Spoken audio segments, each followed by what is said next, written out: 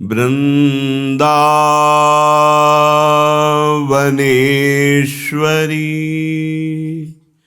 तवैव पदारविन्दम्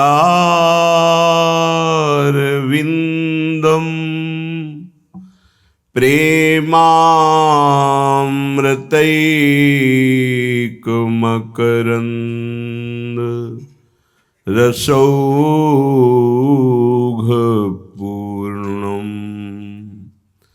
हृद्यर्पितं मधुपते स्मरतापमुग्रं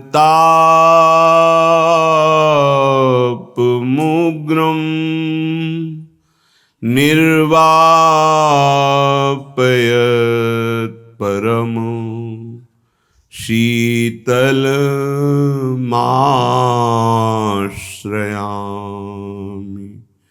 परम शीतल माश्रयामि। देखी देखी फूल भई, देखी देखी फूल भई, प्रेम के प्रकाश प्रीति के आगे हुए जुलई, देखी देखी फूल भई। सुनिरी सखी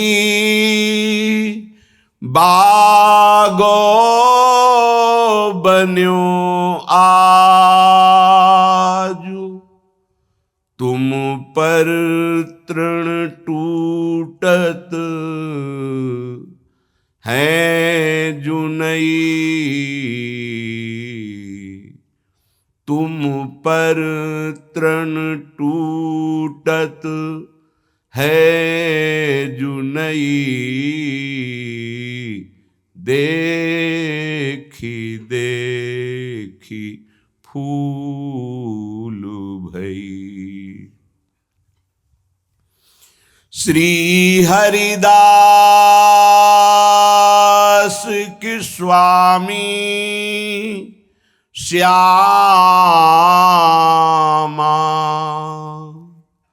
कुंज बिहारी सकल गुण निपुण, ताता थे गति जूठई, ताता थे गति जूठई, देखी देखी फूल भई। उपासक की जब अत्यंत ममता प्रिया प्रीतम के चरणों में हो जाती है,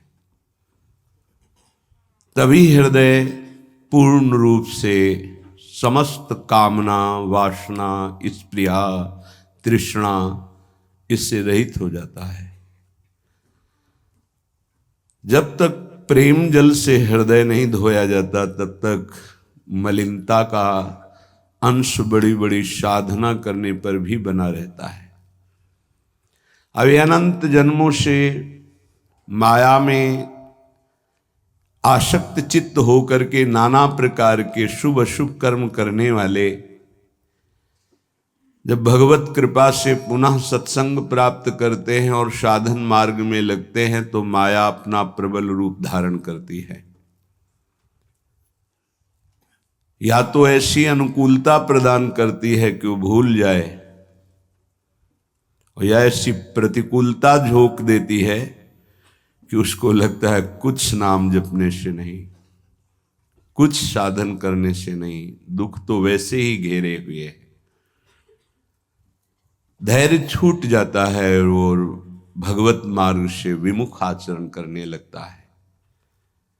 इसलिए उपासक को बहुत सरल ढंग से समझना चाहिए कि पुरानी फसल यदि बाजरा बोई है और बाजरा की रोटी मिल रही, तो अगली फसल गेहूं बो दिया तो कल ही नहीं रोटी बना लोगे। 5-6 महीने लगेंगे किसान मेहनत करके, खेती तैयार करके, दाना बो करके, सींच करके, संभाल करके, फिर भी वो अतिवृष्टि, अनावृष्टि, ओले वृष्टि आदि से बच जाए, सुरक्षित हो जाए, तो सुरक्षित अनाज घर आ जाए, फिर वो पीस कर रोटी बना सकता है। तुम अनंत जन्मों से मनमानी आचरण करते रहे, आज नाम शुरू किया है तो वो तूफान नहीं उठेगा, नष्ट करने के लिए वो अपना स्वरूप धारण करेगा। उसकी गुलामी सहते रहे हो अभी, काम क्रोध लोभ मोह मद मत्सर। अब तुमको धैर्य पूर्वक नाम को पकड़े रहना। जैसे आंधी चले तो हम पहाड़ का आश्रय ले लें, हटे ना इधर उधर, तो आंधी तूफान पहाड़ को नहीं उड़ा सकती। ऐसे ही श्री भगवान कह रहे मामेव ए प्रपद्यन्ते माया में ताम तरंति ते। माया का तूफान आएगा पर तुम मेरे चरणों को पकड़े रहना, छोड़ना नहीं। पर ये जिनका मलिन हृदय है ना, वो सोचते हैं 4 दिन नाम जप करेंगे सारे दुख मिट जाएंगे। हाँ, पक्का मिट जाएंगे, जड़ से मिट जाएंगे, पर धैर्य पूर्वक जीवन को आगे बढ़ाओ। भगवत विमुख होने से तुम्हारा मंगल ही अमंगल है, भगवत सन्मुख होने पर मंगल ही मंगल है। थोड़ा धैर्य धारण करो, तुम्हारी ये फसल तैयार हो जाए, फिर देखना आनंदित हो जाओगे। पर ये कुसंग मन का और तन का, ये दोनों परमार्थ में टिकने नहीं देते।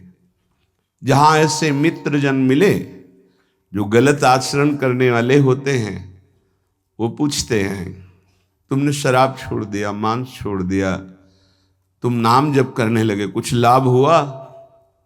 अरे कुछ नहीं होने वाला, तुम देख लो करके।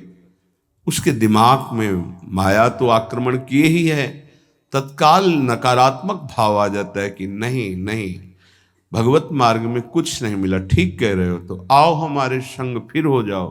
फिर वो माया के मलिन आचरणों में उतर जाता है। वो संत द्रोह, भगवत द्रोह उसके हृदय में अपना स्थान बना लेता है। फिर जन्म जन्मांतर, युग युगांतर कब अवसर आएगा भगवत मार्ग में चलने का।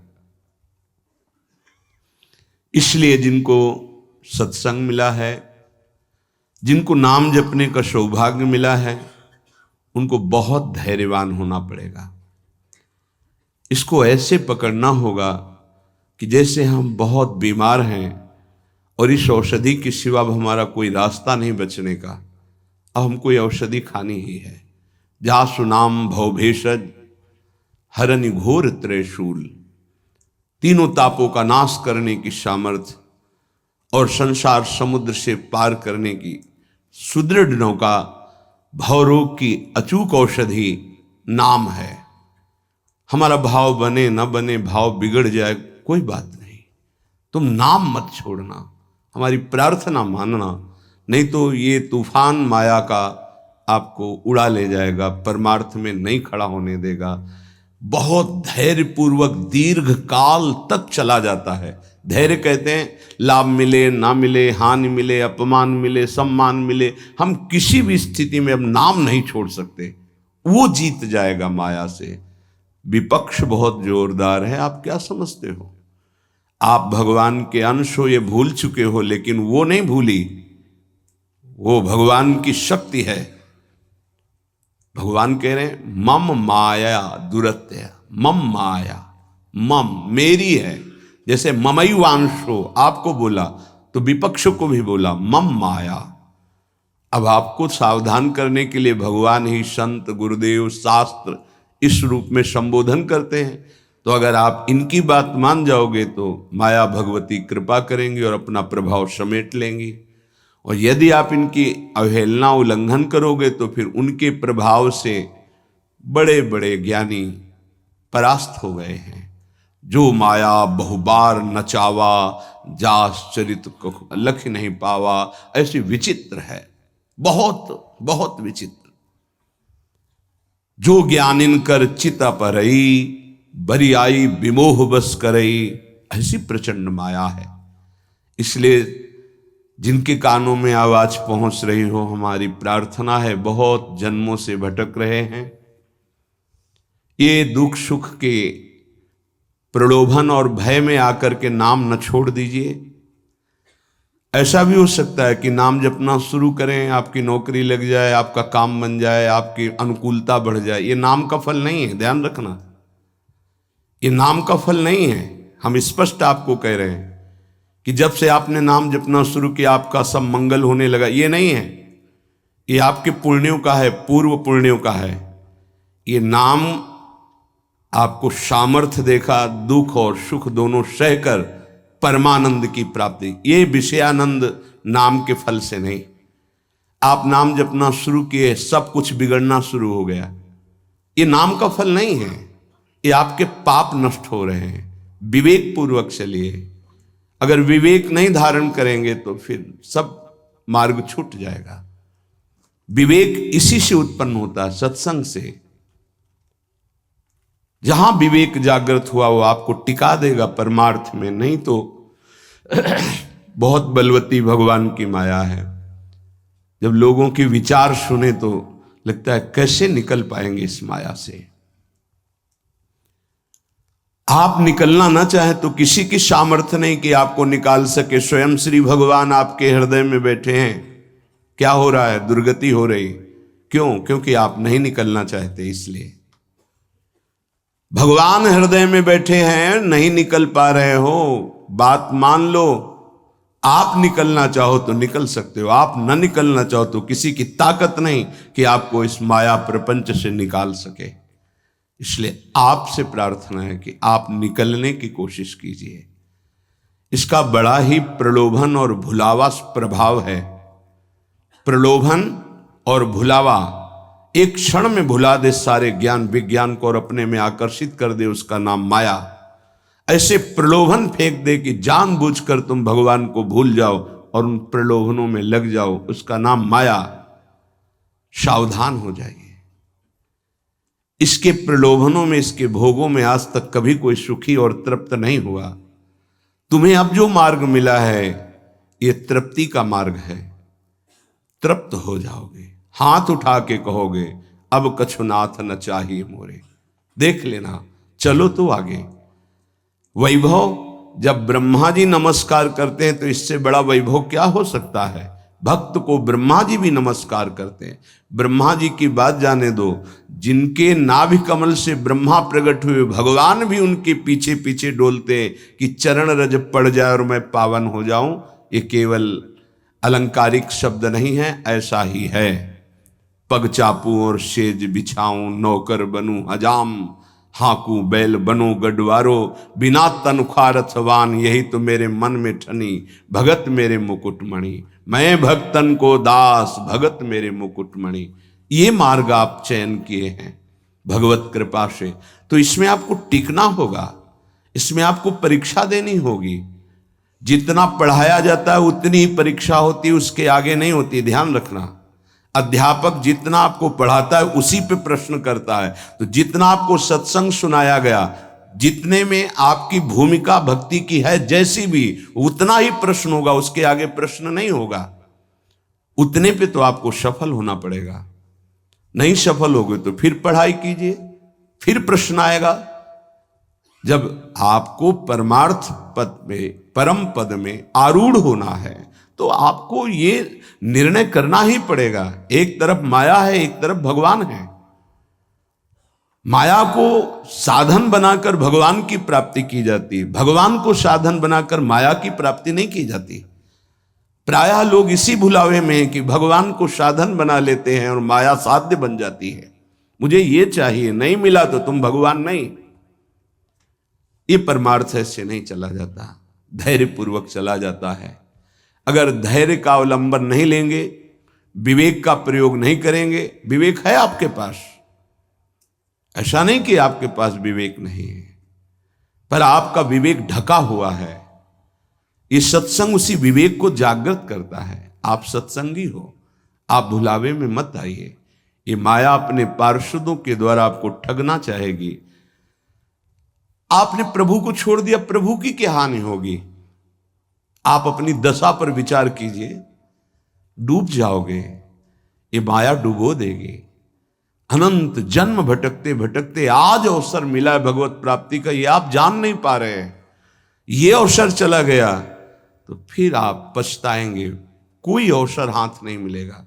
पशु पक्षी बनने के बाद विवेक एकदम ढका रहता है, केवल उतना ही काम करता है, आहार विहार मैथुन निद्रा, बस।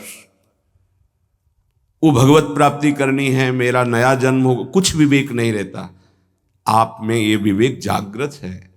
आप विवेक पूर्वक परमार्थ को पकड़िए, इस माया की चालों को मत देखिए, सह जाइए, दुख सुख को सह जाइए। श्रीपाद प्रबोधानंद जी महाराज कहते हैं, रहस्यानामे तत्परम सुरहस्यम हरिरसोत् सर्वानामाश्चर्योन्मदरस विलासोत्सवमिदं स्वरोचि नित्यानामति परमनित्योज्ज्वलमिदं यदेतत् श्रीवृन्दावनमिहि दृशो नंदयति नः। रहस्यों का परम रहस्य वृंदावन का प्रेम रहस्य है। कल किसी ने प्रश्न किया कि जब श्री जी मिल जाती है तो कैसा आनंद होता है? कैसे कोई बता सकता है?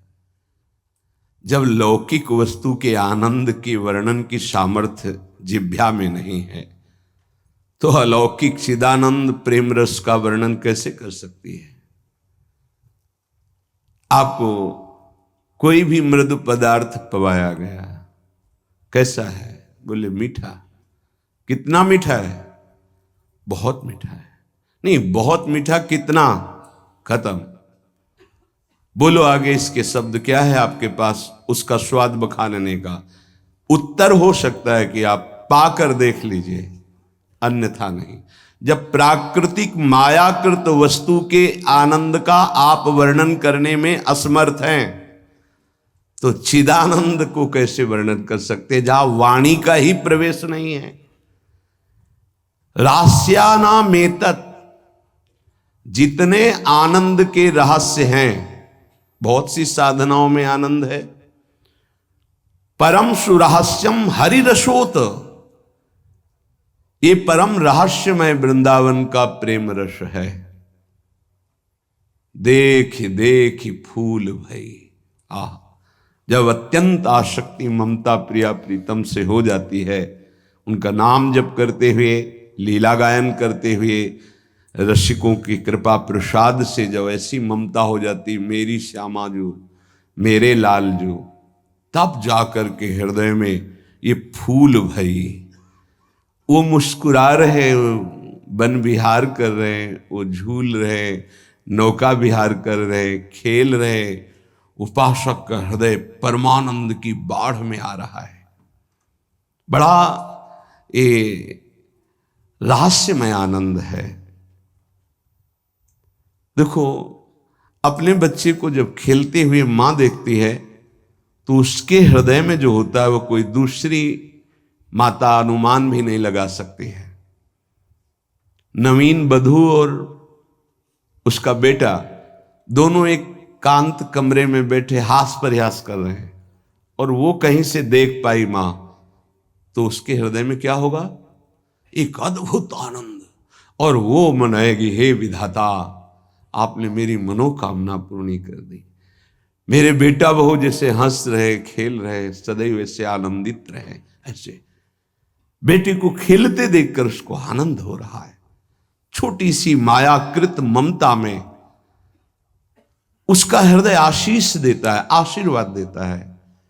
और महाचिदानंद भाव को प्राप्त रसिक जन जब आनंद समुद्र प्रभु और आनंद समुद्र का सार सांद्रानंद घन प्रेम मूर्ति किशोरी, जब इनको देखते, जो भगवान शंकर के ध्यान में आ जाए तो उन्माद अवस्था को प्राप्त हो जाते हैं। वो प्रभु और वो प्रिया जो सामने खेल रहे हैं, उस उपासक के आनंद का कैसे कोई वर्णन करे। उसके हृदय में असीम रहस्यमय प्रेम प्रकाशित होता है। रहस्यानाम मेतत, जितने रहस्यमय आनंद है उन सब आनंदों का परम सुरहस्यम, परम रहस्य में जो प्रेमानंद है वो वृंदावन प्रदान करता है। हरि रसोत, अभी किसी संग के प्रभाव से थोड़ा आनंद स्फुरित होता है, जैसे सत्संग सुन रहे, कोई भावात्मक बात आई, आपको आनंद, ये स्रोत नहीं है, ये संग का प्रभाव है कुछ क्षण के लिए। जैसे कोई कहते हैं जब मैं वृंदावन आता हूं तो हमारा मन भक्ति में रम जाता है, पर जब यहां से जाता हूं तो कुछ ही समय बाद वो बात नहीं रहती है। क्यों? क्योंकि यहां का प्रभाव है, यहां भक्ति नृत्य कर रही है, और यहां साधु मंडली में आप बैठ करके भगवत चर्चा सुनते हैं, आपके तत्काल पाप नष्ट हो रहे हैं। दरस परस अघनाश, आप दर्शन कर रहे हैं। आप सामूहिक रूप से बैठे हैं, इस सभा में आप ही नहीं बैठे हैं, इस सभा में प्रभु भी बैठे हैं। मदभक्ता यत्र गायन्ति तत्र तिष्ठामि नारदा, जहां मेरे भक्त मेरा गायन, यहां अखंड भगवान नाम कीर्तन वाणी का गायन, भगवत चर्चा होती है, तो आपके हृदय में भक्ति का रंग तो बढ़ेगा ही, पर स्थायी तभी हो सकता है जब आप उस रंग को सुरक्षित रखें, माया के रंग का प्रवेश ना पड़ पावे तब। इसीलिए कहा जाता है आप निरंतर नाम जप करें तो नाम पाहरू दिवस निशि, रात दिन नाम का पहरा लग जाएगा तो माया प्रवेश ही नहीं करेगी। बात यह है, आपके अंदर जो धरोहर जागृत हुई, आपके अंदर थी, उसे जागृत की गई है सत्संग के द्वारा। अब आप मलिन ना होने पावे, पर्दा ना पड़ने पावे उस पर, उसके लिए पहरेदार रखना होगा कि अंदर माया प्रवेश ना करे। वो पहरेदार है नाम। नाम पाहरू दिवस निशि, रात दिन पहरा नाम का है। और ध्यान तुम्हार कपाट, प्रभु का ध्यान कर रहे हैं तो मानो दरवाजा बंद है, माया प्रवेश नहीं कर सकती। राधा वल्लभ लाल को हृदय ध्यान मुख नाम, तो माया प्रवेश ही नहीं कर सकती। अब आप चिंतन के लिए दरवाजा खुला रखे हैं, इंद्रियों के द्वार, खूब माया का चिंतन स्वतंत्र रूप से कर रहे हैं, नाम को भूले हुए तो दुर्दशा तो हो ही जाएगी। परम आनंद की तरफ बढ़ने के लिए दरवाजा बंद करो इंद्रियों के, और नाम का पहरा बैठाल दो। देखते हैं माया कैसे प्रवेश करती है। सर्वानामाश्चर्योन्मद रस, सर्वाश्चर्य में उन्माद आनंद का प्रकट करने वाला वृंदावन धाम है। पक्का ये कोई लिखा ही नहीं है, ऐसा है। रात दिन में कब कैसी वृत्ति चढ़ जाए कुछ पता नहीं चलता। कोई साधन की गाढ़ अवस्था नहीं, तत्काल गाढ़ अवस्था प्रदान करता है वृंदावन।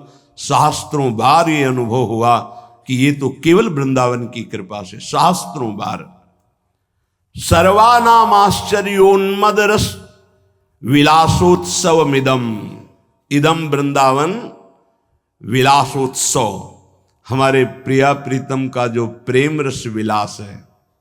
नव निकुंज अभिराम श्याम संग, नीको बन्यो समाज, जैसे हित हरिवंश विलास रास जुत, जोरी अविचल राज।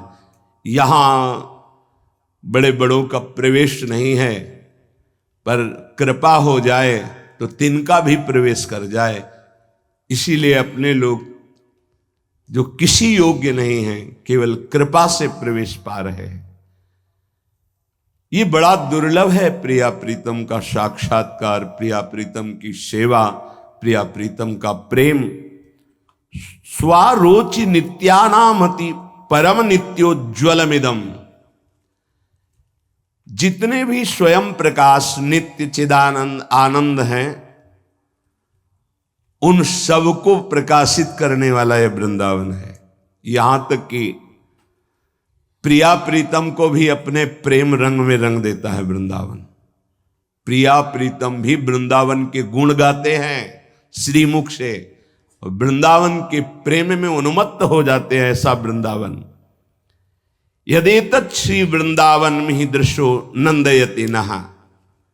अब तो मेरे नेत्र और मेरा हृदय केवल वृंदावन का आश्रय लेकर आनंदित है।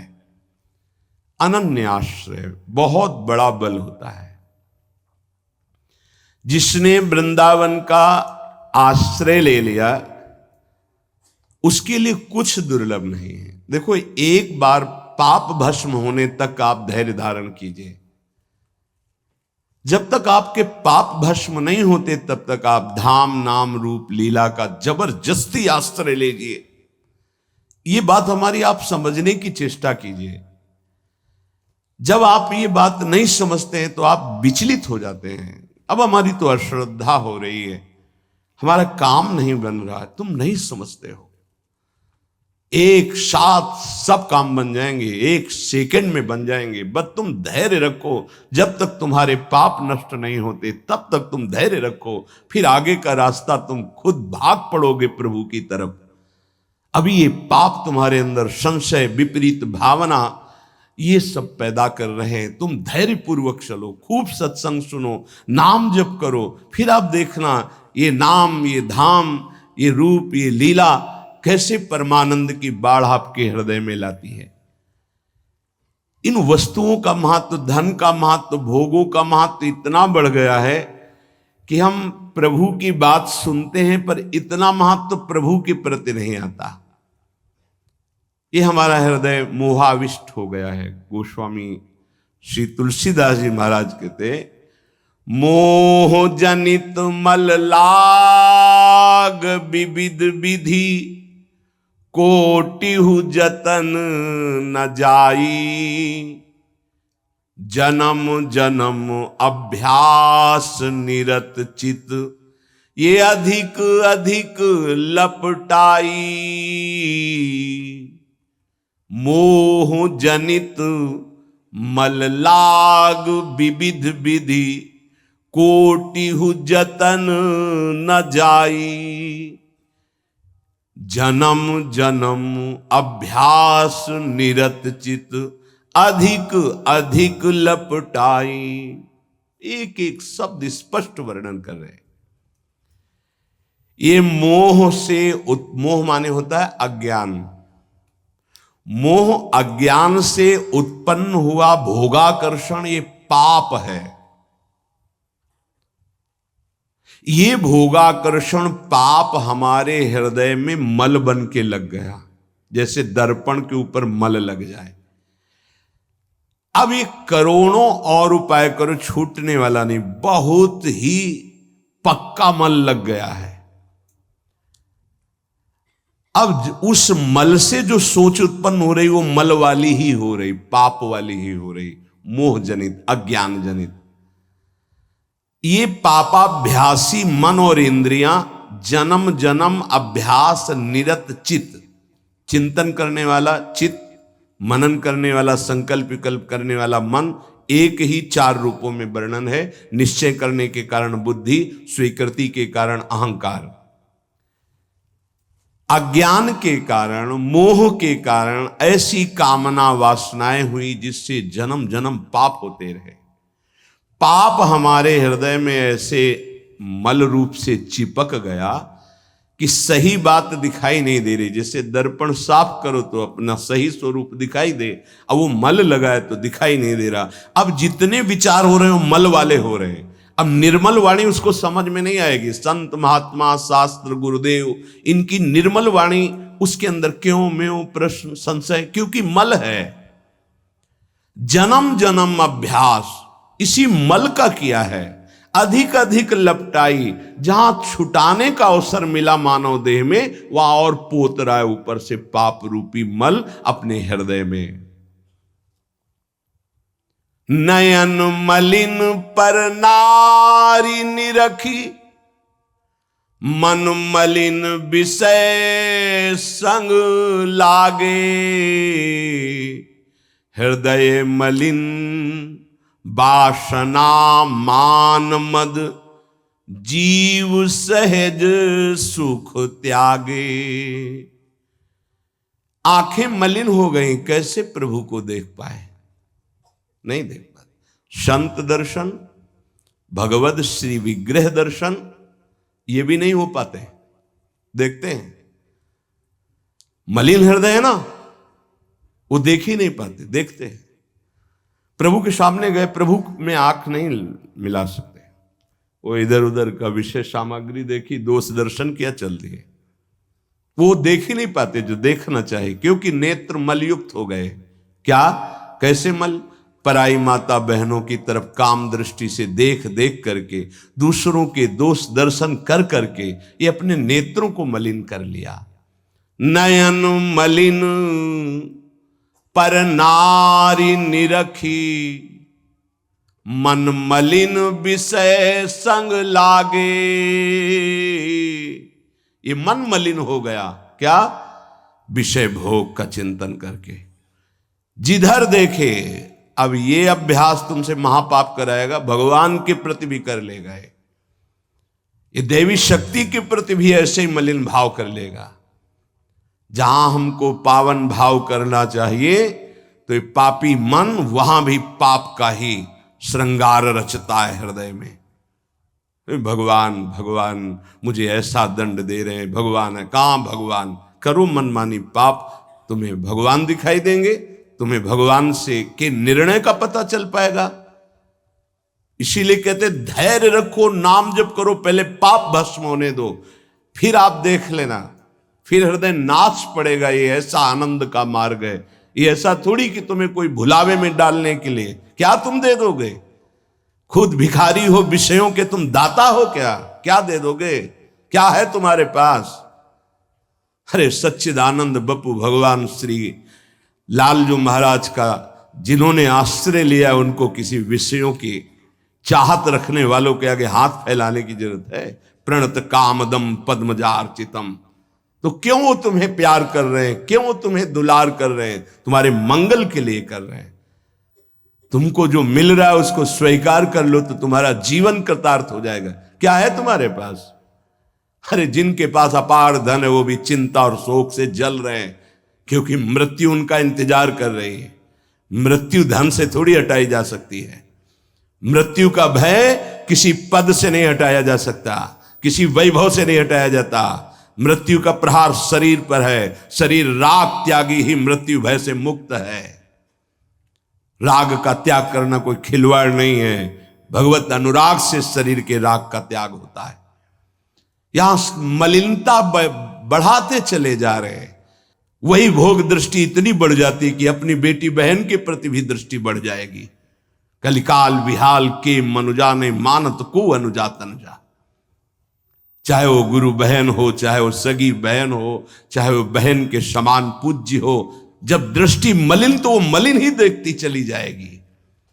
नयन मलिन पर नारी निरखे, और मन मलिन विषय संग लागे। मन बस वही भोगों का चिंतन कर रहा है, इंद्रिय विलासता का चिंतन कर, ये मलिन मन का चिंतन। हृदय मलिन वासना मान मद, जीव सहज सुख त्यागे। संपूर्ण अंतःकरण मलिन हो गया। मान वासना, मेरा सम्मान हो, करो पाप कर्म और सम्मान की चाह रखो। कैसे प्राप्त हो पाएगा? जगत बंदनीय वही है जो निरंतर भगवान नाम जप करते हुए शास्त्र आज्ञा से चलता है। जगत बंदनी बिस्तरे सब जग बिमल की रति, साधु संगति ना टरे। उसके हृदय में सम्मान की चाह नहीं है, परलोक सब जगह जहां जाएगा उसको सम्मान मिलेगा, क्योंकि उसने पापों को विध्वंस करके भगवान नाम का धन एकत्रित किया है। समझो हृदय की बात। हृदय वासना से मलिन है। वासना परत की परत जमी हुई, जब वही वासना बढ़ जाती तो उसे कामना कहते हैं। अरे एक दो वासनाएं, दुर्वासना मम सदा परिकर्षयन्ति। ज्ञान रूपी झाड़ू लगा करके देखो, तब तुम्हें दिखाई देगा कि वासना का पहाड़ जैसा कूड़ा जमा है हृदय में। मद, अहंकार, ये सब हृदय को मलिन कर रहे हैं। मान, मद, वासना। बोले जीव सहज सुख त्यागे। जीव का स्वरूप ही है सहज सुख राशि। वो सुख बिंदुओं में भागकर पाप कर रहा है, अगर लौट आवे पाप नष्ट हो जाए तो वो खुद आनंद स्वरूप है, उसे किसी आनंद का अभाव नहीं है। पर मलिन मन, मलिन हृदय, मलिन नेत्र पाप पर पाप करते चले जा रहे हैं जन्म जन्म से। अब समझाओ तो समझ में नहीं आता। उनको चमत्कार दिखाओ कि आज बोले नाम तो जीवन में कभी दुख ना मिले बस। और जो कमा के रखा है उसको कौन भोगेगा? अवश्यमेव भोक्तव्यम कृतम कर्म शुभाशुभम। तुम्हारे जपने न जपने से प्रभु में कोई फर्क नहीं पड़ता, तुम में फर्क पड़ जाएगा। अगर भगवत विमुख हुए तो ये भी जन्म नष्ट हो जाएगा। तुम्हारा अहंकार काम नहीं करेगा। अभी मानव देह मिला, कर लो थोड़े दिन अहंकार, इसके बाद पता चल जाएगा। इसलिए अहंकार छोड़ो, शास्त्राज्ञा, संत आज्ञा, गुरुजनों की आज्ञा का पालन करो, जिससे तुम्हारा हृदय महान हो जाए। उस महान को प्राप्त करने के लिए हृदय महान चाहिए। तुम्हारा स्वरूप ही है आनंदमय। जीव सहज सुख त्यागे, सहज सुख राशि। तू अपने को नहीं जान पा रहा, इसलिए देह भाव से पापाचरण कर रहा है। पर निंदा सुनि श्रवण मलिन भे, बचन दोष पर गाए। सब प्रकार मल भार लाग, निज नाथ चरण बिसराए। गोस्वामी जी कह रहे, मेरी श्रवणेंद्री भी मलिन हो जाती जब हम दूसरे की निंदा सुनते हैं। और ये बहुत अच्छा लगता है, जब किसी की निंदा हो रही हो तो सुनने में ऐसा लगता है जैसे कोई उसे राज्य पद मिल रहा हो। अरे सावधान रहना चाहिए। दूसरे की निंदा सुनने मात्र से उसके सारे पाप हमारे ऊपर आ जाते हैं। कहीं परनिंदा हो रही हो तो वहां का सिद्धांत है, कान में अंगुली डाले, राधा राधा, कान में इसलिए कि अब दोबारा शब्द ना पढ़ पावे, और वहां से खड़ा होकर चला जाए। यदि सभा में किसी की निंदा हो रही है और वहां आप बैठे हैं तो आपको वैसे ही अपराध लगेगा जैसी वो निंदा कर रहा है, या उसका विरोध करे। जैसे शिशुपाल श्री भगवान के लिए मलिन शब्द उच्चारण कर रहा था, भीष्म जी खड़े हो गए, महाभागवत है, अगर प्रभु के प्रति अब एक भी शब्द बोला तो भगवान ने कहा शांत हो जाओ, तुम शांत हो जाओ, तुम मत बोलो। कुछ राजा शिशुपाल के पक्ष के थे, तो आवेश में भीष्म जी आ गए।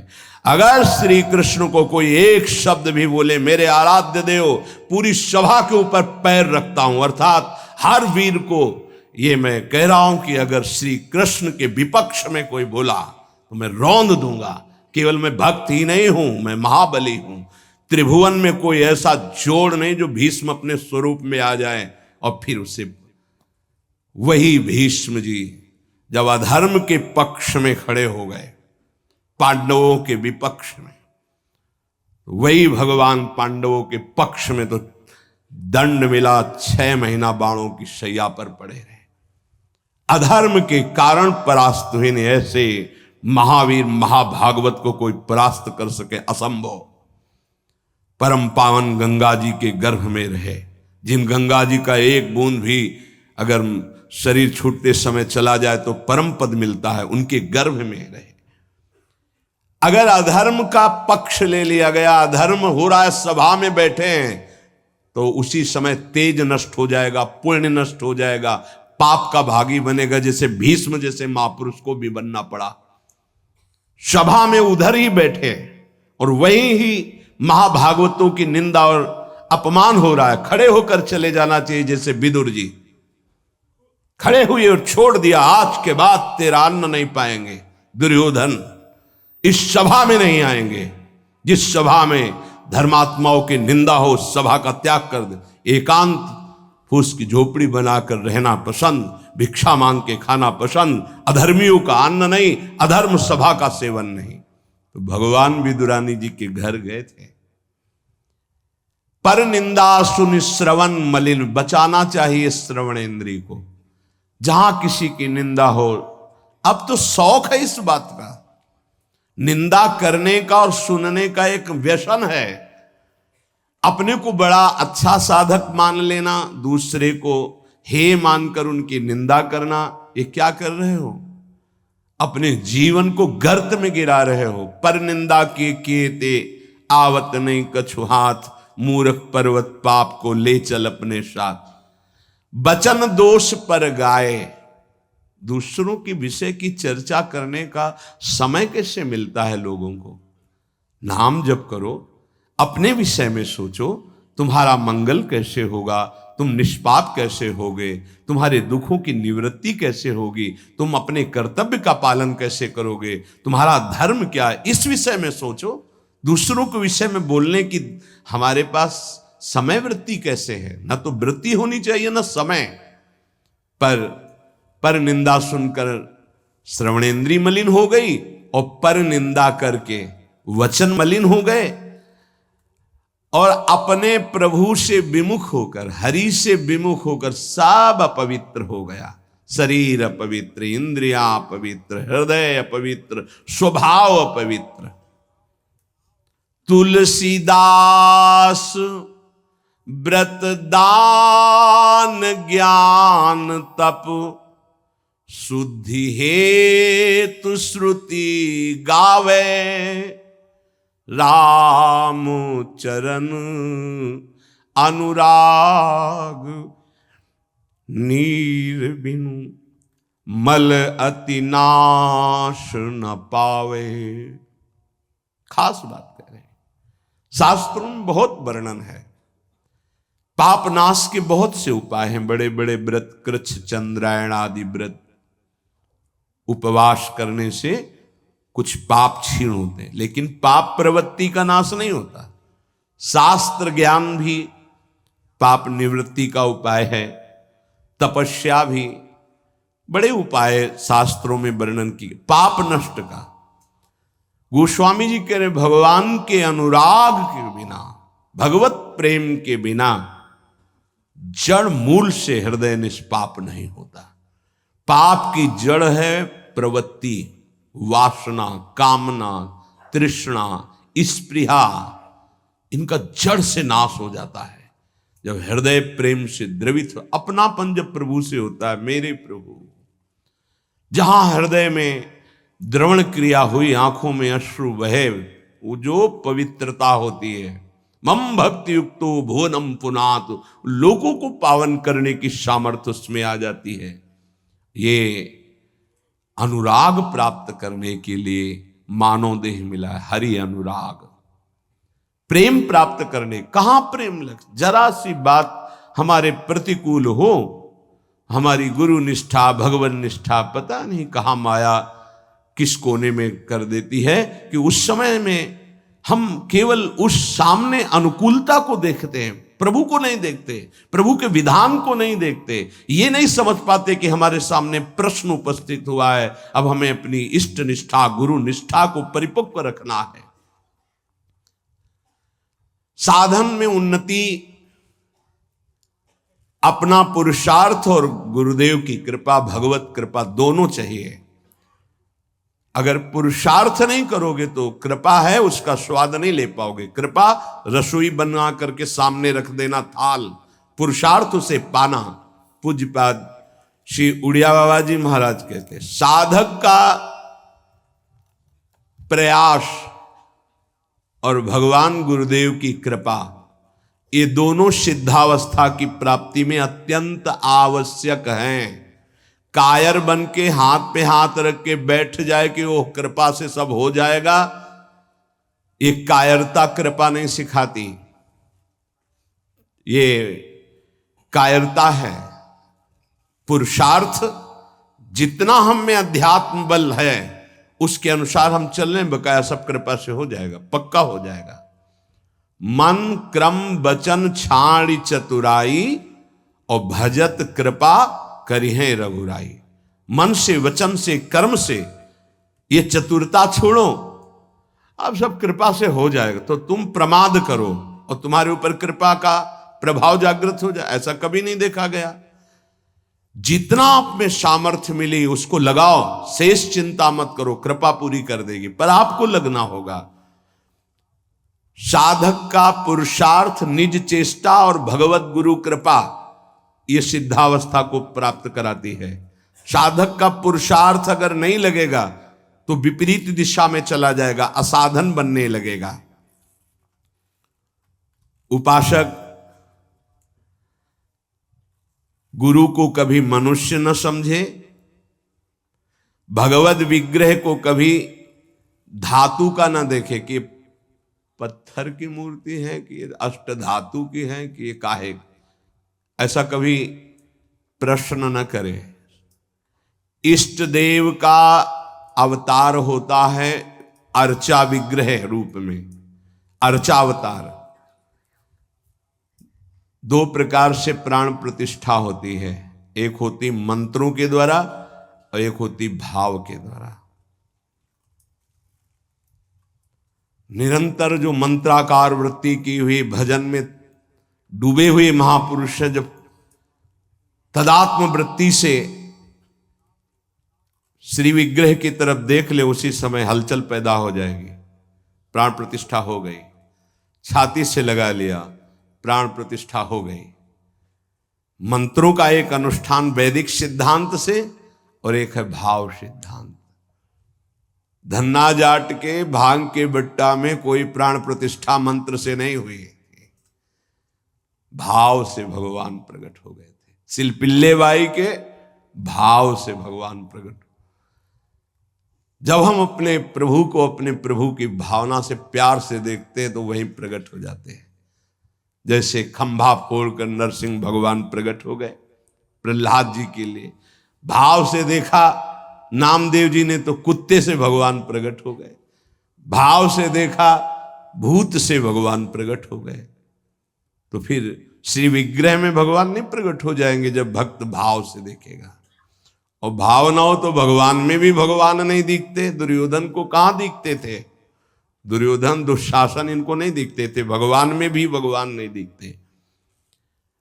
गुरु को मनुष्य समझना, भगवत विग्रह को धातु या पाषाण का समझना, गुरु मंत्र को साधारण शब्द समझना, चरणोदक को सामान्य जल मानना, भगवत प्रसाद को भोजन मानना, अन्न मानना, साधु की जाति पर दृष्टि रखना, ये उपासक को सावधानी पूर्वक त्याग कर देना चाहिए। ये उपासना के बड़े विघ्न हैं।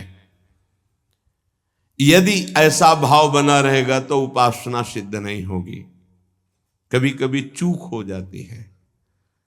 प्रसाद में अन्न या फल दृष्टि नहीं रखी जाती, सिर्फ प्रसाद। और वैष्णव पद्धति है, प्रसाद का किनका मुख में अगर डाल लिया जाए तो कोई भी व्रत भंग नहीं होता, चाहे निर्जला ही क्यों न हो। भगवत प्रसाद में ये भाव नहीं रखा जाता कि ये अन्न है या अमुक वस्तु है, नहीं। प्रसाद में यदि भोजन, अन्न वस्तु, आज अन्न है तो कल प्रसाद कैसे हो जाएगा? प्रसाद तो सिर्फ प्रसाद है और उसका किनका डालने से हर व्रत की पूर्णता होती है। चरणामृत, जैसे जो लोग नहीं जानते, वो जब बटता है तो बोले थोड़ा जल हमको भी दे दीजिए। जल नहीं है, चरणामृत है। चरणामृत को जल समझना। प्रभु के सामने जाकर के पूछना, ये मूर्ति काहे की है? पत्थर की है, संगमरमर की है, ये धातु की है? बड़ा अपराध कर रहे हो। ऐसा कभी प्रभु के श्री विग्रह के सामने नहीं। ये संत किस जाति के हैं? ऐसा कभी नहीं। गुरुदेव साक्षात परब्रह्म तस्मै श्री गुरुवे, ऐसा भाव कहाँ हो पाता है? परब्रह्म परमात्मा भाव गुरुदेव पर हो पाना है तो बड़ी मुश्किल की बात है। यहां तो साधु भाव ही हो जाए बहुत बड़ी बात है कि ये संत हैं। पूर्ण मनुष्य बुद्धि बनी रहती है। इसीलिए हमको अपने गुरुदेव में आराध्य देव नहीं दिखाते, नहीं तो गुरुदेव अपने स्वरूप को ही तो दिखाने के लिए विराजमान है। इसमें शिष्य के नेत्र की बात है। गुरुदेव तो कृपाल हुए हैं। जब हरिव्यास देवाचार्य जी अपने गुरुदेव के पास आए तो जब शिष्यत्व की बात की तो उन्होंने कहा तुम्हें कुछ दिखाई दे रहा है? बोले नहीं। जाओ 12 वर्ष गिरिराज जी की परिक्रमा।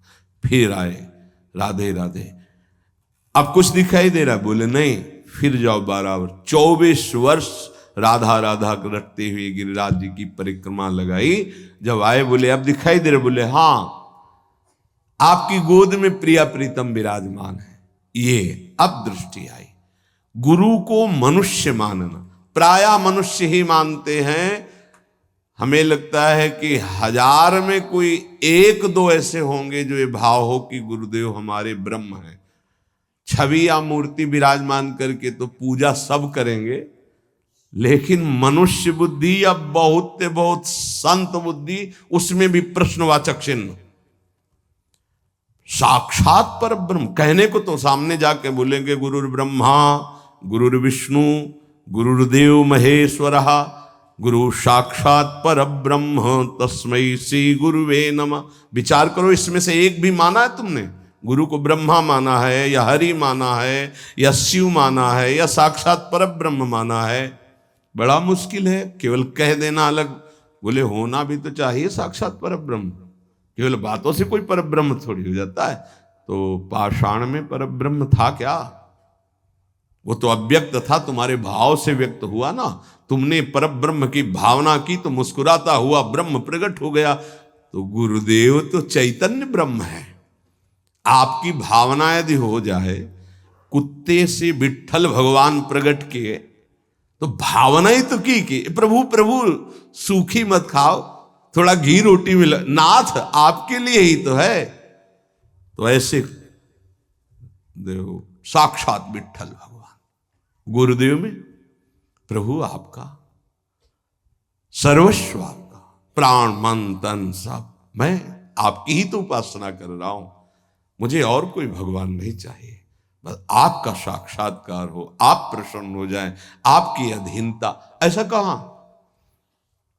ऐसा होगा तो भाव बदल जाएगा।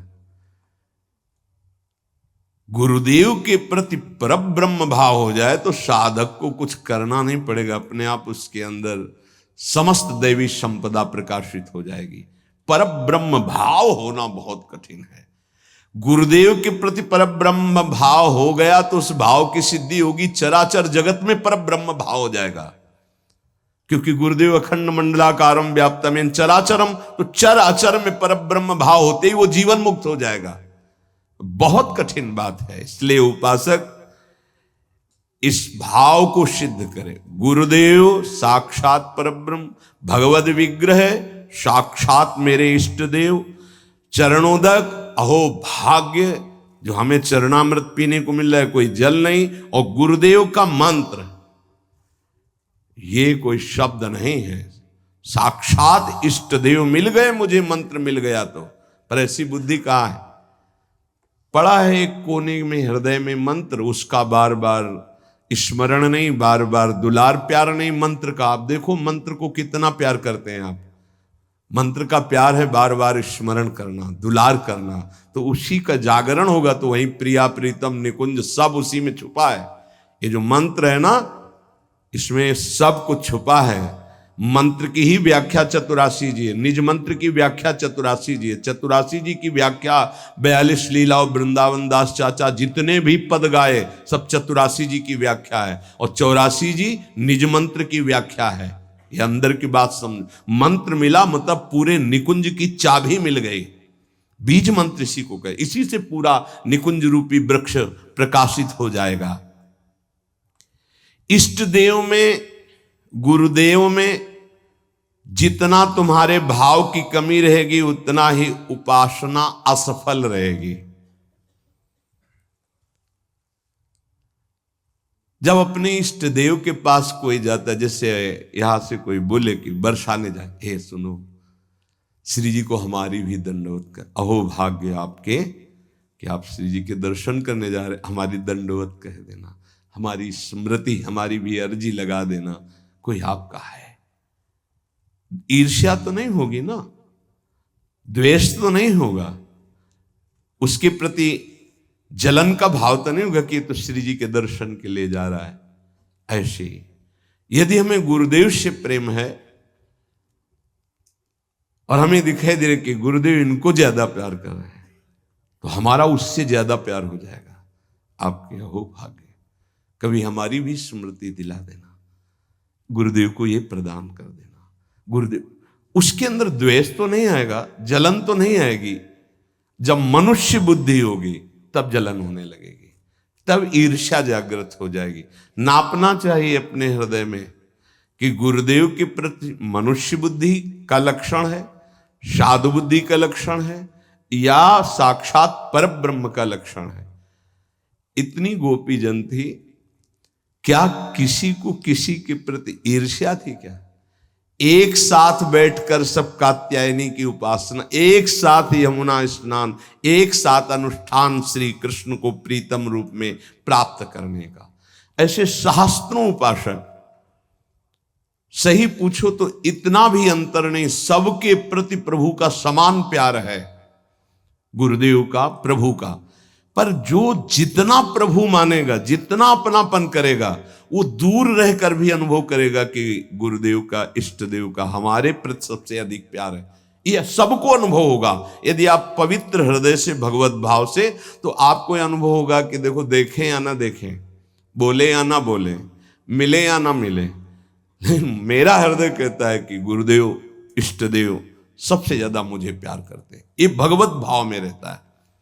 इष्ट देव और गुरुदेव की परिपूर्णता के भाव में जितनी कमी रहेगी, उपासना उतनी कच्ची रहेगी। इष्ट देव गुरुदेव की परिपूर्णता में भाव, इष्ट देव में कभी एक देशीयता का भाव नहीं रहना चाहिए। मेरे इष्ट देव सर्वत्र विराजमान है, तभी सच्चिदानंद भाव पूर्ण होगा। मन उपासना किए बिना नहीं रह सकता, इसका स्वभाव है उपासना करना। यदि प्रभु की उपासना नहीं की तो भोगों की उपासना ये करेगा ही करेगा, तुम इसे रोक नहीं सकते हो। अगर ये भोगों की उपासना करेगा तो दुख, चिंता, भय, शोक, मृत्यु, इससे तुम बच नहीं सकते हो। और मन का स्वभाव उपासना करना, ये बिना उपासना किए नहीं रह सकता। यदि प्रभु की उपासना नहीं की तो विषय की उपासना करेगा, इसलिए बचाओ इसको विषय उपासना से और प्रभु की तरफ लगा दो। तो बोले, ये जानते हुए कि ये विषय उपासना पाप कराएगी, फिर भी हम इसे क्यों नहीं रोक पाते? तो श्री भगवान कह रहे हैं कि तुम्हारा ज्ञान तीन तरह से ढक गया। पहला, अग्नि में जैसे धुआं पर अग्नि है, अर्थात ज्ञान है, पर धुआं हट जाए तो सही ज्ञान दिखाई दे, ऐसे पहली स्थिति उपासक की विषय उपासना की तरफ, काम वासना की तरफ जब होती है, उस समय एकदम वो ज्ञान जागृत करने के लिए सत्संग आदि का सहयोग तो बच जाएगा। नहीं, दूसरी आती दर्पण में मल की तरह, अब उसमें बड़ा प्रयास करने पर। तीसरी आती है जेर में ढका हुआ गर्भ, अब उसमें समझ में ही नहीं आता कि क्या ठीक है क्या नहीं ठीक है, जो वासना आई वैसी क्रिया हो गई। आवृतम ज्ञान में तेनो ज्ञानिनो नित्य वैरिणा काम रूपेण कौन्तेय दुष्पूरेणानलेन च। हे कुंती नंदन, ये काम अग्नि है, ये कभी तृप्त होने वाला नहीं है। जैसे अग्नि में धीरे धीरे घी डालो तो भड़केगी, वो शांत नहीं होगी। ये ज्ञानियों का बहुत बड़ा दुश्मन है, तो अज्ञानियों का मित्र है। काम से ही तो सुख का अनुभव करते हैं। संसार में शास्त्रों की संख्या में केवल काम सुख के लिए ही सारा चिंतन है। देख लो, हमें पढ़ना लिखना है, खूब रुपया कमाना है, अपनी कामनाओं की पूर्ति करनी। काम का सीधा तात्पर्य केवल एक ही इंद्रिय से नहीं, सर्वेंद्रियों के भोग से है। अगर ये दुश्मन है तो किनका है? जो इस संसार रूपी महान दुखालय से मुक्त होना चाहते हैं। वैसे है तो दुश्मन उनका भी, क्योंकि दुख शोक चिंता भय पाप आचरण कराता है, पर वो मित्र मानते हैं, इसी से वो सुखी होना चाहते हैं। ज्ञानिनो नित्य बैरिणा, ज्ञानियों का ये दुश्मन है। तो कोई ऐसा न समझ ले कि ज्ञानियों को भी काम परास्त करता है क्या? तो यहां ज्ञानी शब्द शास्त्र ज्ञानी से, ब्रह्मबोध से नहीं है। ब्रह्मबोध संपन्न महापुरुष के हृदय में नहीं स्वात्मा रामम विषय मृग तृष्णाम भ्रमयति, भ्रम पैदा ही नहीं कर सकती माया। जहां आता है जो ज्ञानिन कर चिता परई बरियाई विमोह बस करई, वो शास्त्र ज्ञानी, ब्रह्मबोध संपन्न महापुरुष नहीं। वहां गुंजाइश ही नहीं है। जैसे भगवत प्रेमी महात्मा नहीं, अभी वैदी भक्ति गौड़ी भक्ति तक हो सकता है, लेकिन अनुराग, जहां अनुरागात्मिका भक्ति जागृत हुई, प्रेम लक्षणा भक्ति, वहां प्रवेश नहीं किसी विकार का। ऐसे ही शास्त्र ज्ञान साधना तक हो सकता है काम का प्रभाव, लेकिन ब्रह्मबोध संपन्न महापुरुष के हृदय में नहीं। ऊसर बरसई तृण नहीं जामा, संत हृदय जिम उपज न कामा। भगवान कह रहे हैं दुष्पूरेणा नलेन च, ये कभी पूर्णता नहीं होती काम में। अग्नि में घी की आहुति सुहाती सुहाती डाली जाए तो कभी वो बुझेगी नहीं, बढ़ती चली जाएगी। ऐसे ही कुछ लोग सिद्धांत कहते हैं भोग से योग।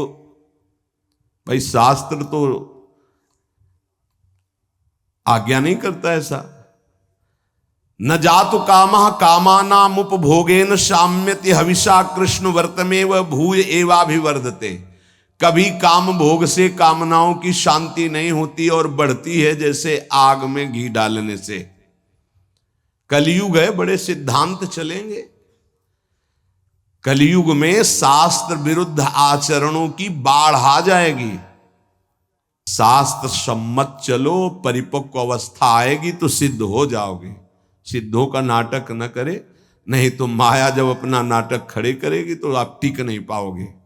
और जो सिद्ध हैं उनके आगे से लजाकर भाग जाती माया, अपना कोई प्रभाव नहीं दिखा पाती। नाटक मत करो, ईश्वर की माया बड़ी प्रबल है, डरते रहो। जब परिपक्व अवस्था आ जाएगी तो भ्रम ही खत्म हो जाएगा।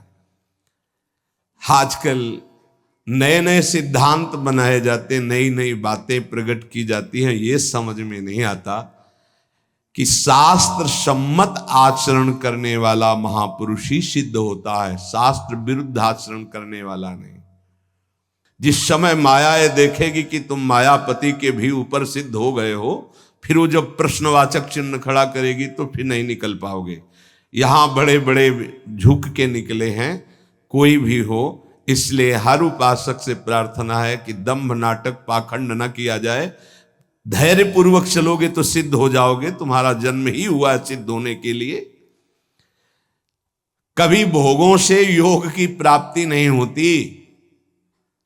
जगत गुरु भगवान श्री कृष्ण से बढ़कर कोई ज्ञानी नहीं है।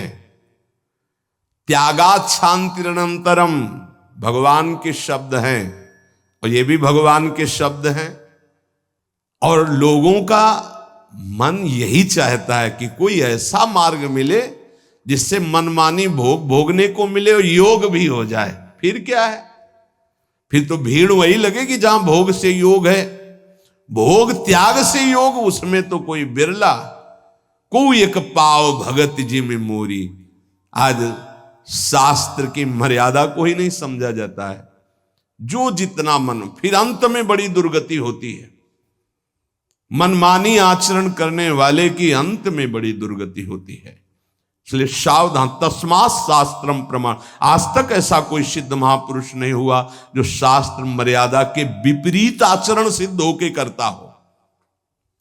साधन काल में शास्त्र मर्यादा से चलने वाला ही सिद्ध होता है। तो उसका स्वभाव शास्त्र मर्यादा बन जाता है। बड़े बड़े महापुरुषों के दर्शन हुए, कभी शास्त्र मर्यादा के विपरीत आचरण नहीं हुए। वृंदावन में भी, गंगा किनारे भी एक से एक महान सिद्ध पुरुष, शास्त्र मर्यादा। शास्त्र मर्यादा के विपरीत आचरण कभी सिद्ध नहीं होता। शास्त्र आज्ञा कर रहा है, भगवान आज्ञा कर रहे हैं कि दुष्पूरेणानलेन च, कभी भोगों से शांति नहीं प्राप्त हो सकती। कामना जितनी भोग भोगते जाओगे उतनी बढ़ती चली जाएगी, तृप्ति नहीं होगी। कामना अग्नि की तरह है, जितना भोग भोगते जाओगे उतने ऐसे घी डाल रहे हो, वो बढ़ती चली जा रही। भोग भोगोगे, भोगों के संग्रह करने की इच्छा बढ़ती चली जाएगी, भूख बढ़ती चली जाएगी। और इतना तुम समझ लो, तुम चैतन्य हो और भोग जड़ है, कभी तुम्हारी तृप्ति नहीं हो सकती। जड़ से कभी तृप्ति नहीं हो सकती। ये जड़ शरीर है और तुम चैतन्य हो, चैतन्य की जड़ से कभी तृप्ति नहीं हो सकती। इसलिए जैसे 100 रुपए की कामना हो, 100 मिल जाए तो 1000 की 1000 हो तो लाख की लाख की, करोड़ करोड़ की, अरब की, और ऐसे अरबों खरबों बन जाए तो भारत का नंबर 1 धनी। फिर विश्व में कितना बोले, अभी तो 10वां नंबर है, नहीं 1 नंबर में। ऐसी वासना बढ़ती चली जाती, कभी तृप्ति नहीं होती। जब उपासक इस बात को समझ जाता है कि जितनी जिसकी बड़ी वासना उतना वो बड़ा गरीब है। देखो, शास्त्र में गरीब किसे कहते हैं? जिसकी जितनी बड़ी मांग है। एक आदमी 100 रुपया मिला, तृप्त हो गया, छोटा गरीब है ये। एक आदमी 1 करोड़ भी मिला, उसको तृप्ति नहीं, ये बड़ा दरिद्र है, ये बड़ा गरीब है। क्योंकि दरिद्रता भूख, उसकी बड़ी भूख हो गई है। धन की जितनी भूख बढ़ जाती है उतना ही वो दरिद्र माना जाता है। देखो ना, चाह गई चिंता मिटी, मनुआ बेपरवाह, जिनको कछु न चाहिए वो साहनपति शाह, वो शहनशाह के भी शहनशाह, वो दरिद्र नहीं, गरीब नहीं। 7 गांठ कौपीन में इंद्र बापुरो कौन। देख लो, गरीब कौन? जिसके धन की बड़ी चाह बढ़ गई है। वास्तव में धन नहीं बाधक है, धन की चाह बाधक है। धन मिल जाए तो साधु सेवा, गौ सेवा, अस्पताल बनवा दे, गरीबों की औषधि के बहुत से बढ़िया मंगलमय कार्य। लेकिन धन की चाह बढ़ जाए तो निरपराध को दंड देना, असमर्थ असहाय को लूट लेना, हिंसा कर देना, न जाने कितने अपराध जागृत हो जाते हैं इस धन की चाह में। वो परमात्मा प्राप्ति की तो बात जाने दो, धर्म भी नहीं समझ पाता है। इसलिए दुष्पूरेणानलेन च, ये कभी पूर्ति नहीं होने वाली कामनाओं की आज तक किसी की नहीं हुई। काम रूपेण, नाशवान शरीर पदार्थ की भोग वासना, ये काम रूपेण है, ये बहुत बड़ा दुश्मन है, ये भगवत प्राप्ति नहीं होने देगी। नाशवान शरीर भोग, नाशवान वस्तु भोग, नाशवान भोगों की चाह, ये भगवत प्राप्ति ये नहीं होने दे रही। ज्ञान सबको है कि 4 दिन बाद मर जाना है, ज्ञान सबको है, यहां से कुछ नहीं जाएगा। वस्तु, व्यक्ति, स्थान, आपका किया हुआ पाप कर्म और पुण्य कर्म साथ जाएगा। पर वो शुभ क्यों नहीं कर पाता, वो लाभ क्यों नहीं कर पाता? क्योंकि काम ने ढक दिया है। काम वासना, कामना किसे कहते हैं? जिसका अभाव खटक रहा है। अप्राप्त की प्राप्ति की चाह का नाम कामना है। सुख की कामना से ही हम सारे चाहें पैदा करते हैं। जितनी चाह है उसके अंतर में सुख है। ये वस्तु मिल जाए तो सुख मिल जाएगा, ये शरीर मिल जाए सुख मिल जाएगा, ये पद मिल जाए सुख। जितनी भी चाह है उसके मूल में सुख है। और बावरे, बाहरी कहीं सुख नहीं, सुख तो तेरे अंदर है, सुख राशि तू है। कहीं तुझे जड़ प्रकृति में सुख नहीं मिल सकता कभी भी, क्योंकि तू अविनाशी का अंश है, तुझे विनाशी प्रकृति कभी तृप्त नहीं कर सकती, पक्की बात। पर यह ज्ञान काम क्यों नहीं कर रहा? क्योंकि काम ने ढक दिया है। कैसे ढक दिया? जैसे बोले अग्नि को धुएं ने, दर्पण को मैल ने, झेर को ने गर्भ को, ऐसे तेरा ज्ञान ढक गया है सतोगुण रजोगुण तमोगुण वृत्ति होने के कारण। अप्राप्त की प्राप्ति करने का नाम, सुना हुआ देखा हुआ भोग, उसे भोगने की इच्छा का नाम, उस भोग को संग्रह करने की इच्छा का नाम कामना। और अंतःकरण में बहुत सूक्ष्म वृत्तियां भोगों की दबी हुई है, उनका नाम वासना। और ये वस्तु ये भोग तो चाहिए ही मुझे, इसके बिना मैं नहीं जी सकता, इसका नाम स्पृहा। और ये तो हमारी बहुत पसंद की वस्तु है, व्यक्ति है, स्थान है, आसक्ति। अब आशा लगाए हुए हैं कि ये भोग तो मिलेगा ही, जरूर मिलेगा, आज नहीं तो कल, इसे आशा कहते हैं। अब अधिक से अधिक भोग लूं, इसे लोभ कहते हैं। भोगे हुए भोगों को पुनः भोग लूं, इसे तृष्णा कहते हैं। अब चाहे मांगना ही क्यों न पड़े, ये प्रबल इच्छा बढ़ गई, याचना।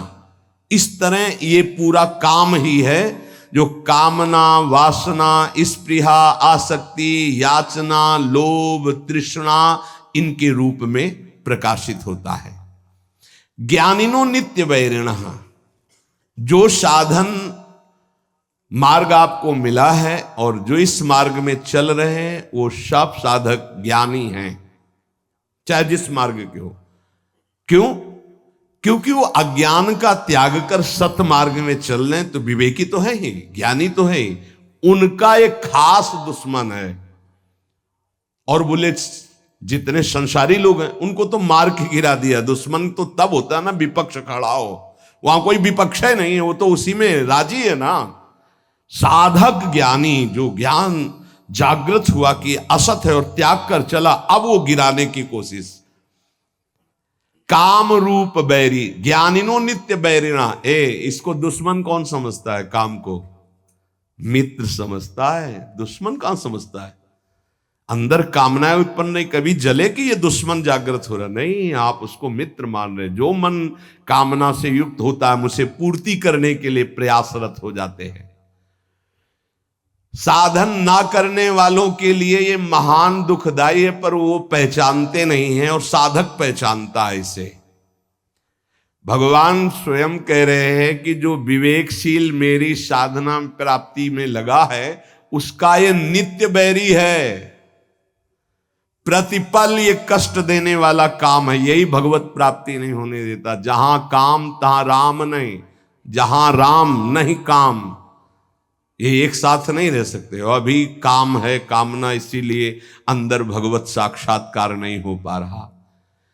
ये कामना बहुत बड़ा शत्रु है साधक का। ये उत्पन्न होकर के ज्ञान को ढक देती है, और जहां काम आवे, कामना आवे, तो बस साधक को डर जाना चाहिए कि कोई न कोई आफत टूटेगी, अब खतरा होगा, कोई न कोई फसाव फंसेगा। विषय चुगा जिन चुगे मन, चुगत कछुक सुख होए, फिर फांसी ऐसी लगे ते सम दुख न कोई। आएगा कोई न कोई दुख आएगा, आपत्ति आएगी, विपत्ति आएगी। जो परमार्थ मार्ग के साधक हैं, महान पद पर आरूढ़ होना चाहते हैं, उन साधक को ये काम भ्रष्ट करने के लिए चुनौती देता है। ये चुनौती स्वीकार करके, जीत करके ही कोई परम पद पर आरूढ़ होता है। ध्यान रखना, है कोई साधारण मार्ग नहीं है। परिणाम में भयंकर दुख प्रदान करने वाली ये काम वृत्ति है, इसीलिए नित्य दुश्मन है साधक का। भोगों में लगे हुए अज्ञानी जन इस काम को मित्र के समान देखते हैं, क्योंकि कामना के कारण भोगों में उनको सुख मिलता है। यदि कामना ना हो तो सुख नहीं मिलेगा। आवृतम ज्ञानम, आवृतम ज्ञान में तेन ज्ञानिनो नित्य बैरणा। इसका काम क्या होता है, काम का कि ये सबसे पहले तुम्हारे ज्ञान को ढक देगा। निर्णय नहीं कर पाओगे कि ठीक है कि गलत है, गलत है कि ठीक, अरे चलो, निर्णय नहीं कर पाओगे, फिसल जाओगे। ये वैसे होता तो हर योनि में इसका प्रभाव है, काम का, चींटी चुनमुन पक्षी सबके अंदर। मनुष्य में एक बचाव पक्ष केवल है, विवेक अन्य योनियों में ढका रहता है, वो प्रयोग नहीं कर सकते। केवल जीवन निर्वाह तक का ज्ञान है, अन्य पशु पक्षी को कहां पाना है, कैसे पानी पीना है, बस इसके आगे नहीं। मनुष्य इस काम से बच सकता है, अन्य जीवों के लिए बचने का कोई ज्ञान नहीं है, केवल मनुष्य, और उसमें भी साधक। पर यह काम इतना प्रबल है कि सबसे पहले ज्ञान को ढकता है, निर्णायक को पकड़ लेता है। निर्णायक है बुद्धि, और निश्चय करती सुख तो है इसमें, आप कोई नहीं बचा सकता। निर्णायक फंस गया, पेशकार चिल्लाता रहे और न्यायाधीश ना बोले तो पेशकार की एक भी नहीं चलेगी। मन है पेशकार, बुद्धि है न्यायाधीश, और न्यायाधीश बोल पड़े तो फिर पेशकार की नहीं चलेगी। न्यायाधीश को ही पटकता है, बुद्धि न्यायाधीश है पूरे साधना में, पूरे अंतःकरण में। काम बुद्धि को सबसे पहले, मुखिया को पकड़ ले, पूरा का पूरा घर अधीन हो गया। तो इस घर का मुखिया, साधना का मुखिया है बुद्धि। बुद्धि उसको तत्काल बुद्धि बचा ले। होए बुद्धि जो परम सयानी, तिन तन चिते ना नहित जाने। ये तो नाश कर देगा हमारे, नहीं, बुद्धि अधीन ना होने पावे। बुद्धि अधीन हो गई तो फिर पूरा डिपार्टमेंट अधीन हो जाएगा। जैसे राजा को बंदी बना लिया तो सब अस्त्र डाल देंगे सैनिक, उनको बंदी बनना ही पड़ेगा। ऐसे ही पूरे साधना का जो मुख्य है वो बुद्धि है, पूरे अंतःकरण का जो मुखिया है वो बुद्धि है। काम क्या करता है, बुद्धि को सीधे बंदी बनाता है, ध्यान रखना, सीधे बुद्धि को अटैक करता है। बुद्धि तो निर्णय करने में असमर्थ हो जाती है, यार बुद्धि काम नहीं की, मेरे से गलती हो गई, बुद्धि काम नहीं की। और जब कोई डांटता है कि तुम्हारी बुद्धि भ्रष्ट हो गई, तुमने ऐसा क्यों बोला, ऐसा क्यों किया, ऐसा क्यों खाया, ऐसा क्यों, बुद्धि, वो बुद्धि को अपने अधीन। किस बुद्धि को? जिसमें ये निश्चय हो गया कि सुख तो है यार इसमें। अब वो बुद्धि बच नहीं सकती, क्योंकि उसमें काम का पर्दा ढक गया कि सुख है। भगवान कहते दुख योनि या दुखालयम, तुमने निश्चय कर लिया सुख है, भगवान के विरुद्ध। अपने प्रति कोई अप्रिय व्यवहार करे तो बुरा लगता है ना, तो इससे ज्यादा अप्रिय व्यवहार क्या होगा जो हमारे इष्ट और गुरु से हमको विमुख कर दे। वो बुरा नहीं लगा तुम्हें, काम तुम्हें प्रिय लगा, यही बुद्धि भ्रष्ट का लक्षण है। और देख लो, इष्ट और गुरु से न जाने कितने दूर कर देता है ये काम। अगर साधक इस वैरी को वैरी की तरह देखे, तभी क्या ज्ञानिनो नित्य वैरिणा, तुम्हारे परम सत्य इष्ट से दूर कर दिया स्मरण, और तुम्हें बुरा नहीं लगा, तुम उसको प्रिय भाव से देख रहे हो काम को, इसका मतलब तुम्हारी बुद्धि भ्रष्ट हो गई, पकड़ में आ गई काम के। इसीलिए निरंतर भजन करना। सेवक जी महाराज निष्काम धर्म के सिद्धांत के वर्णन करने वाले वो भी मांग रहे हैं, देव कृपा करी बुद्धि प्रकाश, हमारी बुद्धि सदैव प्रकाशित रहे, अंधकार से युक्त ना हो तभी ठीक है। अगर प्रकाश क्या है, नाम, नाम जप, उसी से शुद्ध ज्ञान बचा रहेगा। नहीं, ज्ञान होने पर भी ज्ञान को ढक देगा। नाम जप बहुत आवश्यक है, बहुत आवश्यक। नाम जप देख लेना, अगर आप पकड़ लिए नाम जप तो आप परिणाम देख लेना, लोक परलोक में सब जगह। तुमको ये तो याद नहीं रहेगा कि ये शब्द बार बार याद रहे कि देख लेना, कृतार्थ कर दिया, ये बात याद नहीं रहेगी, लेकिन कृतार्थ हो जाओगे। मान लो, केवल तुम मान लो। आंख मूंद के जब सब कर ही रहे हो तो एक और पकड़ लो ना, राधा राधा राधा राधा, सुख मिले दुख मिले, अब कुछ भी हो छूटने वाला नहीं राधा नाम। तो आप देख लेना परिणाम में कामना के त्याग में सुख है, ये बुद्धि ज्ञान नहीं दे पा रही है। ज्ञान तो है कि गलत है, पर अंदर है कि इसमें सुख है, तो गलत होने पर भी हमसे हो जाता है। ये ज्ञान सच्चा नहीं है कि इसमें सुख नहीं है। और जिसके हृदय में ये आ गया है कि संसार में भोगों में सुख नहीं है, सातरत सा लोकांतार्यति, बस इतना ही झंझट है। जो फसाव है, जो बंधन है, वो केवल इतना ही है कि शास्त्र और सदगुरुदेव कह रहे हैं संसार में भोगों में सुख नहीं है, वो हमारी बुद्धि कह रही है। बस ये झगड़ा मिट जाए, जो वो कह रहे हैं कि नहीं, तो हमारे हृदय में भी आ जाए नहीं, बस हो गया। इतनी बात केवल सुधारनी है साधना से कि जो शास्त्र और गुरुदेव कह रहे कि संसार में भोगों में सुख नहीं, तो वही बात हमारे हृदय में आ जाए। और वो उतर नहीं रही। ईमानदारी से वृंदावन की भूमि में बैठे हो, देख लो।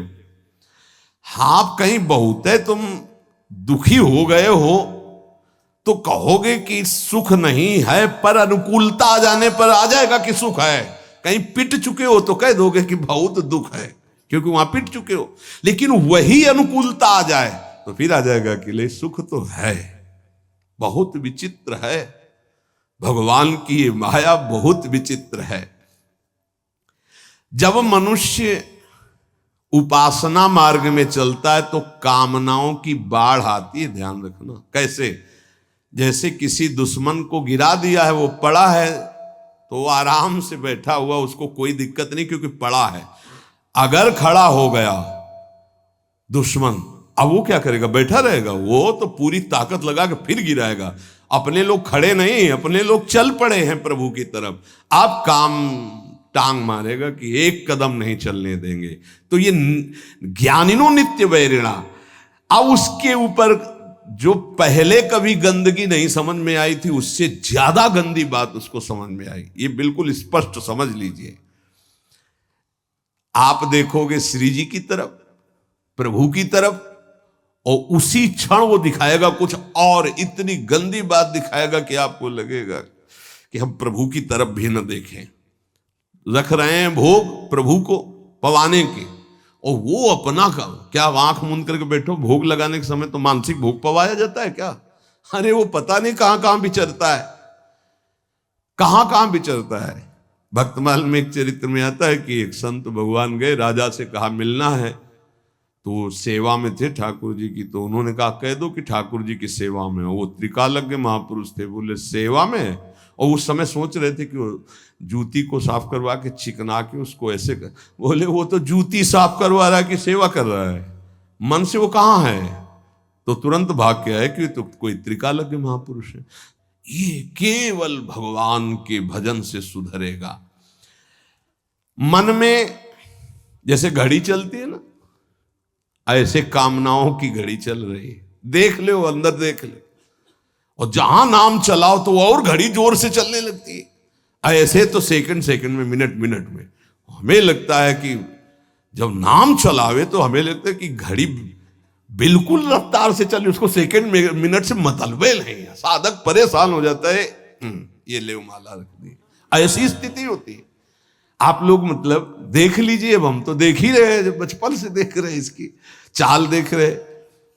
जब कोई बात करने लगे तो ऐसी तसल्ली होती, बच गए, मानो जैसे बच गए। अब एकदम मंत्राकार वृत्ति कर रहे, जल रहा है मन। जहां कोई आए, राधे श्याम राधे श्याम। अब बातचीत शुरू हुई तो एकदम अघा के सांस मन लिया कि यार अब फुर्सत मिली है। फिर देखो चैन मिल जाएगी। बस इसको चैन नहीं लेने देना। अगर इसको चैन लेने दिया तो तुम्हें बेचैन कर देगा, पक्की बात। अब ये लड़ाई लड़ी ले जाती है हर एक से, क्योंकि वो अपने को मन माने हुई है। इसीलिए प्रभु सत्संग की बात पकड़ लो, नहीं तो बहुत विचित्र खेल है अंदर का। ध्यान रखना। आप बड़े भाग्यशाली हो जो आपको सत्संग मिल रहा है, आप समझ पा लो और मन से लड़ पाओ गुरु कृपा से, तो जीत जाओगे आप। मन को जिताने के लिए गुरुदेव हैं, दूसरा कोई उपाय नहीं, बात समझ लेना। नहीं तो हमने पढ़ा है योग वासिष्ठ में कि हिमालय को उठा लेना संभव हो सकता है, तूफान को रोक लेना संभव हो सकता है, लेकिन मन को अधीन कर पाना इससे भी कठिन है। हिमालय कौन उठा लेगा? ऐसे इस असंभव कार्य को, मन को रोकने, गुरुदेव की कृपा से, उन्होंने जो मंत्र दिया, नाम दिया, उनका जो कृपा प्रसाद है वो हमारे मन को निष्काम कर देगा। इसलिए गुरु चरणों का आश्रय लेकर खूब नाम जप करें और धैर्य ना छोड़ें, और मन से हार जाओ तो भी मत हारना। ये जन्म भगवत प्राप्ति के लिए भगवत प्राप्ति करनी ही करनी है, पक्का नहीं अगला जन्म क्या होगा हमें कुछ पता नहीं, और ये हार किस युग में पूर्ति होगी इसका भी पता नहीं। इसलिए ये गुंजाइश नहीं रखनी कि इस जन्म में ना सही तो अगले जन्म में, नहीं नहीं, इसी जन्म में करनी हो जाएगी। हम राधा राधा बोल रहे हैं, अभी शरीर छूटे तो अभी श्री जी मिलेंगे। हमारा मन जीता हुआ है या नहीं जीता हुआ? अजामिल वैश्यागामी, अंतिम में पुत्र के बहाने नारायण बुलाया, परम पद मिल गया। जीते या ना जीते, राधा राधा कह रहे तो हम जीते ही है। नागरी दासी जन्म जितायो, बलिहारी बलिहारी हमारी सब ही बात सुधारी। कृपा करी श्री कुंज बिहारी, नरसिंह कुंज बिहारी। बिल्कुल डरना मत, डरने की जरूरत नहीं है, घबराना मत। और प्रभु हाथ जोड़ के कहते छोड़ना मत, हमारे प्रभु को मत छोड़ देना। नहीं छोड़ दे है, तुम्हारी श्रद्धा, श्रद्धा से आकाश में क्या फर्क पड़ता है बावरे, समझ, तुम्हारा कल्याण हो जाएगा, तुम्हारा मंगल। ऐसा थोड़ी कि तुमने अश्रद्धा कर ली तो भगवान की शक्ति में कुछ अंतर आ गया, कोई अंतर है? अरे भाई तुम्हारा मंगल हो जाएगा, तुम्हारा कल्याण हो जाएगा। इसलिए तुमसे हाथ जोड़ के कहते हैं कि हमारी बात, हमारे शास्त्र की बात, हमारे गुरुजनों की बात एक मान लो। भगवान चाहे जितनी विपत्ति दे, दुख दे, प्रतिकूलता दे, एक तो वो देते नहीं, हमारे कर्मों का परिणाम आता है। पर हम आपको भाव से कहते हैं, देखना है, हर जन्म में सब खेल चुके, एक जन्म में प्रभु के नाम का जुआ खेलना है। देखते हैं हार होती है या जीत, या तो बाद में जिद्दी स्वभाव रखना है कि इस जन्म में नाम नहीं छोड़ेंगे, अब कुछ भी हो जाए। अगर हमको मन हमारे गलत चेष्टा में ले जा रहा है तो हम बोलते हुए जाएंगे राधा राधा राधा राधा। देख लो, हर हार गले की विजय हार बन जाएगी हमारी बात। अंतिम बात मान लेना, हर हार जीत का हार बन जाएगा यदि जिभ्या से राधा राधा। देख लेना, बात मान लो, छाती की बात कहते हैं। इस माया से जीतना बहुत कठिन विषय है, बातें बना लेना बहुत सरल है, प्रवचन कर लेना बहुत सरल है, आचरण में उतारना बहुत कठिन है। कैसे जीते? राधा राधा राधा। जिधर जा रहे हो घसीटते वायु ले जा रही है तो हम छोड़ेंगे नहीं तुम्हें। नरक चलेंगे तो राधा राधा, स्वर्ग चलेंगे तो राधा राधा, परम पद तो राधा राधा। अर्थात हमारी बात समझो, कुछ भी अब तुम्हें नहीं छोड़ेंगे, गले पड़ गए कहीं भी। अरे हम वो नहीं छोड़ सकते तो तुम्हें कैसे छोड़ सकते? पर ऐसी बुद्धि, प्रभु को छोड़ देंगे और कुछ नहीं छोड़ पाएंगे। ये ना करो प्रभु। हम आपको इसीलिए इतनी बात जो नहीं पूरी व्यक्त रूप से कह नहीं चाहे। असत मार्ग में कैसे जा सकते? हम कह रहे हैं हवा चली है, घसीट के ले जा रही है, तो हमारे जब कदम उधर चल पड़े तो हम आपको नहीं छोड़ेंगे। नहीं, लोग नहीं कहते अब तुम्हें बख्शेंगे नहीं, तो अब हम प्रभु को नहीं बख्शेंगे। पक्की बात है, हमें बहुत सताया है आपकी माया ने, अब हम तुम्हें नहीं बख्शेंगे। कैसे? तुम्हें नहीं छोड़ेंगे। बख्शने का मतलब क्या? नहीं कहते बख्श दो, छोड़ दो, प्रभु छोड़ दो। अब हम आपको नहीं छोड़ेंगे। ये हमारी ये बात हृदय से मान लेना। जो कुछ छोड़ पाओ, ना छोड़ पाओ तो इनको मत छोड़ो भाई।